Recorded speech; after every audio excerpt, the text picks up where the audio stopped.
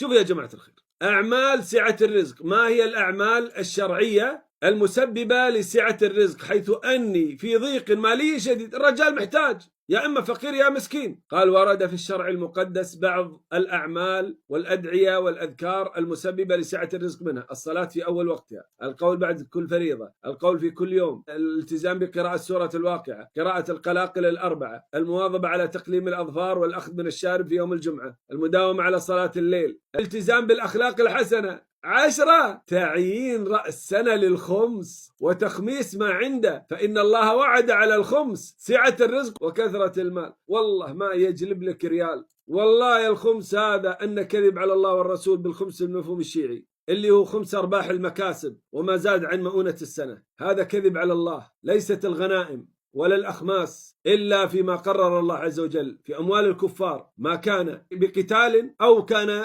بجزية مما يفيء الله على رسوله صلى الله عليه وسلم، أو كان ما كان في قتال، يعني مثل ما حصل مع بني النضير أو بني قينقاع، ما كان في قتال، فهذا من الفيء، أو كان من الجزية، هذا يعتبر أيضا من روافد الفيء، أو كان من ركاز الأرض وهي كنوز الجاهلية. والله يا أخوان اتصلت على واحد من المعممين على مكتب من مكاتب المراجع يوم من الأيام، كنت أقول له اشتريت ملابس ثياب وحاطها بالدولاب عندي وحال عليها الحول ما لبستها، أخمسها. يقول خمس. طيب أمي شريت لها مواعين، رحمة الله على أمي وأمهاتكم الأحياء منهم والميتين، شريت لها مواعين وقدور وصحون وملاعق وإلى آخره، وأمي ما استخدمتها في المطبخ، تخمس. قال تخمس، وقعدت أفصل له أثاث البيت، اللمبات، المدري شنو، الأدوات، خمس. الخمس يجب على كل مكلف، بل على كل شخص، حتى لو كان الشخص صغير في السن عمره 4 سنوات، هذا أيضا يجب عليه الخمس. لازم نخمس أي شيء زائد عن المؤونة لازم تخمسه. عندك خيشة نعم سكر 10 كيلوات زايدة أنت مو فاتحة لازم تخمسها. عندك نعم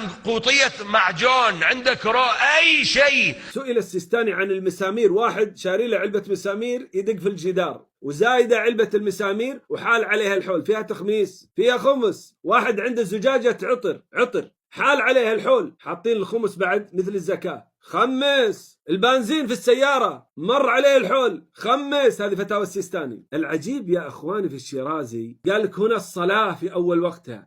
طيب يفترض يا جماعة الخير يقول بدلا من الخمس يقول الزكاة، صح ولا لا؟ يفترض يقول الزكاة. لا، الزكاة ما طلع على الا 2.5%، شو تسوي معاه؟ الخمس 20%. راح قال الخمس ما قال الزكاة، طرح موضوع الخمس لأن أكثر فلوس يجي.